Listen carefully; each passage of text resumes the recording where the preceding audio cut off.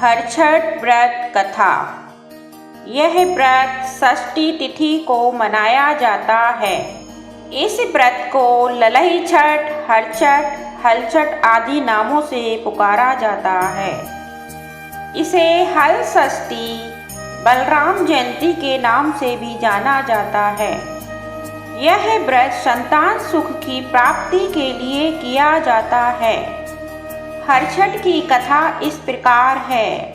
बहुत पहले की बात है, एक ग्वालन थी।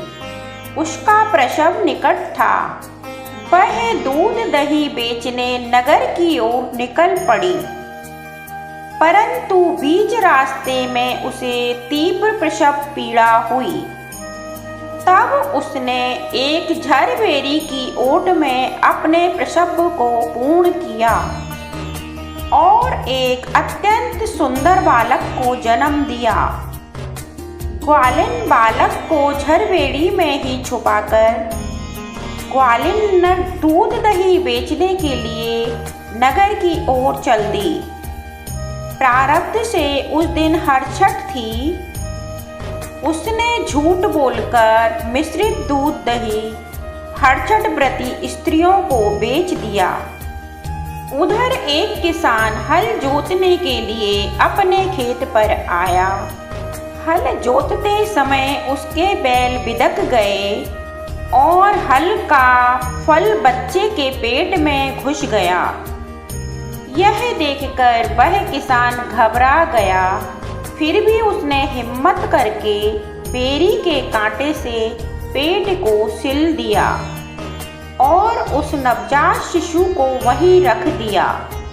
जब ग्वालिन अपना दूध दही बेचकर उस झरबेड़ी के पास आई तो यह देखकर अत्यंत दुखी हुई और हरछठ माता से अपने किए हुए पाप की माफी मांगने लगी और उसे प्रायश्चित हुआ कि मेरी वजह से सभी व्रती स्त्रियों का व्रत भंग होगा। इसी दोष के कारण मेरे पुत्र का यह हाल हुआ। और इस तरह ग्वालिन हरछठ माता से क्षमा मांगकर नगर की ओर चल दी और वह उस स्थान पर गई जहाँ जहाँ उसने स्त्रियों को दूध दही बेचा था और उसने सभी स्त्रियों से क्षमा मांगकर अपने पुत्र की घटना को बतलाया। सभी व्रती स्त्रियां यह वृतांत सुनकर अत्यधिक दुखी हुई तथा हरछठ माता से प्रार्थना करने लगी कि ग्वालन का पुत्र पुनः जीवित कर दीजिए। हरछठ माता प्रसन्न हुई और ग्वालन के पुत्र को जीवित कर दिया। जब ग्वालिन बेरी के पास गई तो अपने पुत्र को पुनः जीवित पाकर अत्यधिक प्रसन्न हुई तथा हरछठ माता की जयकारे लगाने लगी। बोलो हरछठ माता की जय। इस व्रत में बगैर हल का जुता हुआ ही भोजन प्राप्त करते हैं तथा झरबेड़ी और महुए का पूजन किया जाता है। इस दिन व्रती स्त्रियों को चाहिए कि उन्हें महुए की ही दातुन करें।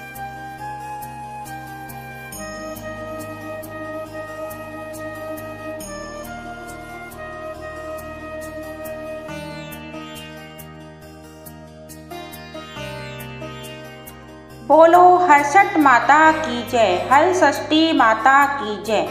जिस प्रकार से आपने ग्वालन के पुत्र की रक्षा की, उसी प्रकार से हमारे पुत्रों की भी रक्षा करें। जय हरछठ माता। उन्हें बार बार माता का जयकारा लगाएं। बोलो हरछठ माता की जय।